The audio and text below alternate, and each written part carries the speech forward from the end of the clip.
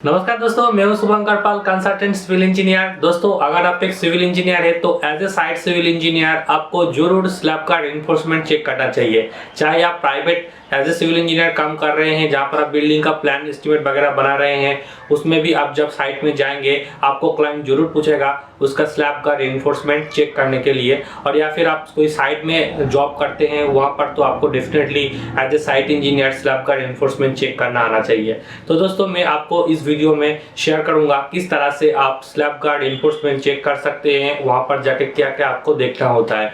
तो सबसे पहले दोस्तों, जब आप कोई किसी स्लैब में जाते हैं, ये मान लीजिए 40 फीट है और ये होता है 30 फीट मान लीजिए। तो इसमें क्या होता है, लॉन्गर स्पैन कौन सा वाला हो गया, ये हो गया लॉन्गर स्पैन और ये हो गया शॉर्टर स्पैन। तो जो मेन बार होता है वो हमेशा शॉर्टर स्पैन वाइज ऐसे रहता है, ठीक है। ये होता है आपका मेन बार। डिस्ट्रीब्यूशन बार होता है वो अलोंग लॉन्गर स्पैन वाइज इस तरह से होता है, ठीक है। ये होता है डिस्ट्रीब्यूशन बार, इसको बोला जाता है डिस्ट्रीब्यूशन बार। इसको मान लीजिए आप मेन बार 10 mm का दे दिए हैं, डिस्ट्रीब्यूशन बार चाहे आप 8 mm का दे सकते हैं या फिर आप दोनों ही सेम mm का बार दे सकते हैं। मतलब कि डिस्ट्रीब्यूशन बार भी 8 mm का, मेन बार भी 8 mm का भी दे सकते हैं।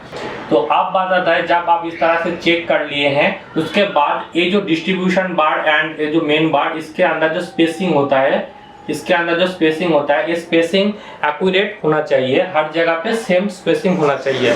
जैसे कि हम लोग 125 mm से 150 mm तक इसका स्पेसिंग देते हैं, तो ये स्पेसिंग को आपको चेक करना है।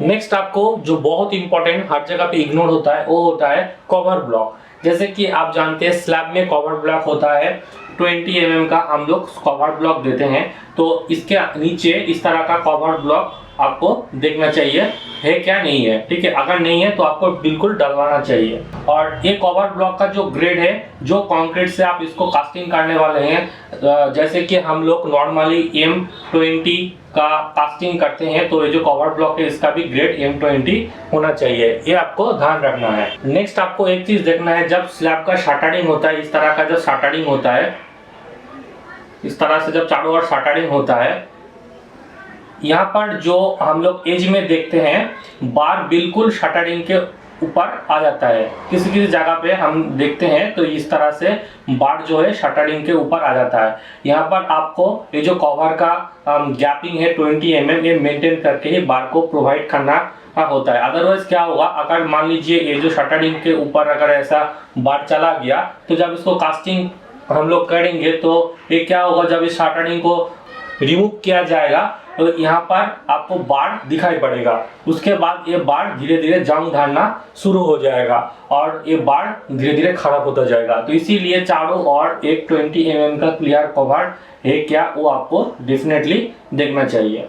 नेक्स्ट, जब आप स्लैब के ऊपर जाएंगे, स्लैब के अंदर इस तरह का बीम रहेगा, ठीक है। मान लीजिए यहाँ पर एक बीम है, यहाँ पर एक बीम है और एंड में भी इस तरह का बीम रहता है, ठीक है।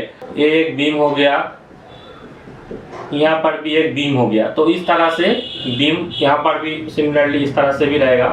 तो ये जो बीम है इसके अंदर जो बार हम लोग प्रोवाइड करेंगे, मान लीजिए ये बीम है, इसके अंदर हम लोग जो बार प्रोवाइड करेंगे वो बार इस तरह का एंड पॉइंट में एल टाइप का हो जाएगा। और ये जो एल है, इस एल हम लोग 50D से लेके 40D तक ले सकते हैं।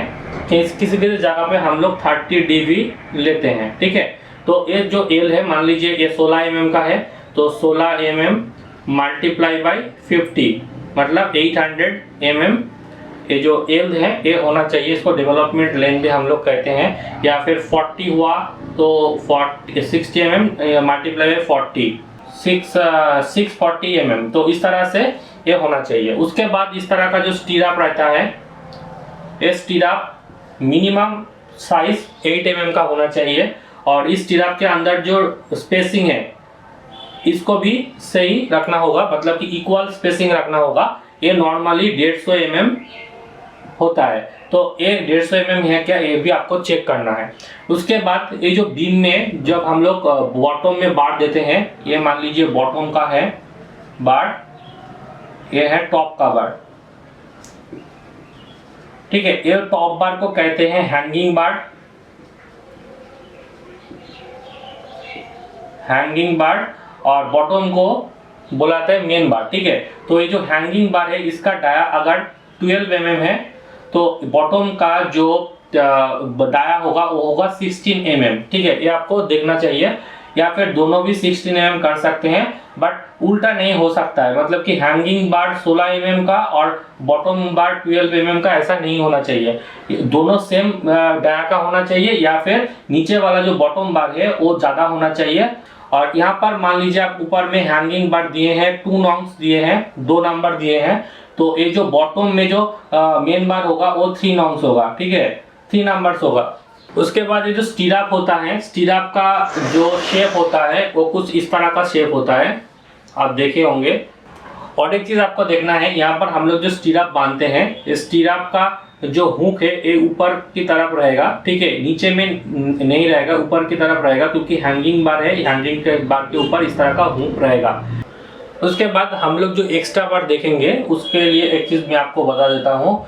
मान लीजिए यहाँ पर मेरा एक बीम है, यहाँ पर एक वॉल है, नीचे में वॉल है, इस तरह का वॉल है, तो ये अगर सिंपली सपोर्टेड बीम होता है, कंटिन्यूअस बीम नहीं होता है, मतलब मान लीजिए इसका बीम का एंड यहाँ पर है, यहाँ पर एंड है, ठीक है। तो इसमें क्या होगा, यहाँ पर ये जो सपोर्ट है, यहाँ पर एक वॉल है, यहाँ पर एक वॉल है, या फिर कॉलम एंड बीम का एक जंक्शन है, ठीक है। तो यहाँ पर जो ऊपर में जो हैंगिंग बार रहेगा और नीचे में जो मेन बार रहेगा, इसके ऊपर हम लोग एक एक्स्ट्रा बार प्रोवाइड करेंगे इस तरह से, वो L/3 में होगा। सिमिलरली इधर पे भी एक हम लोग L/3 में एक्स्ट्रा बार प्रोवाइड करेंगे, ठीक है। मतलब इस पैन का टोटल जो लेंथ है ये मान लीजिए L है, इसको डिवाइड 3 करेंगे, जितना लेंथ आएगा वो लेंथ इधर से भी प्रोवाइड करेंगे, इधर से भी प्रोवाइड करेंगे। और मान लीजिए यहाँ पर एक कॉन्टिन्यूअस बीम है, यहाँ पर एक वॉल आ गया, तो यहाँ पर भी हम लोग एक एक्स्ट्रा बार प्रोवाइड कर देंगे। यहाँ पर मेरा एक बीम है, यहाँ पर सपोर्ट है, इधर पे भी सपोर्ट है, और ठीक है, ये दोनों सपोर्ट है, और ये जो पोर्शन है ये है कैंटिलीवर, कैंटिलीवर। तो यहाँ पर हम लोग जो मेन बार देंगे, मैं पहले आपको बताया हैंगिंग बार जो है वो ऊपर में अगर मान लीजिए 12 mm का है, नीचे में देना पड़ेगा हम लोगों को 16 mm, ठीक है। बट जब कैंटिलीवर का टाइम आएगा ये ठीक उल्टा हो जाएगा, मतलब कैंटिलीवर जब हो जाएगा यहाँ पर हम लोग दे देंगे 16 mm का, और नीचे में दे देंगे हम लोग 12 mm का, क्योंकि कैंटिलीवर में जो बेंडिंग मोमेंट है उल्टा हो जाता है, यहाँ पर स्ट्रेस ज्यादा आ जाएगा, ऊपर में बॉटम में कम आएगा।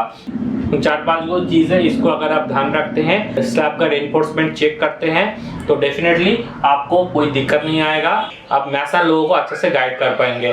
तो उम्मीद करते हैं दोस्तों ये वीडियो आपको पसंद है, अगर पसंद है वीडियो को लाइक कीजिए, शेयर कीजिए, और इस चैनल के साथ जुड़े रहने के लिए चैनल को सब्सक्राइब कीजिए। आज के लिए बस इतना ही, मिलते हैं नेक्स्ट वीडियो पे, तब तक के लिए बाय।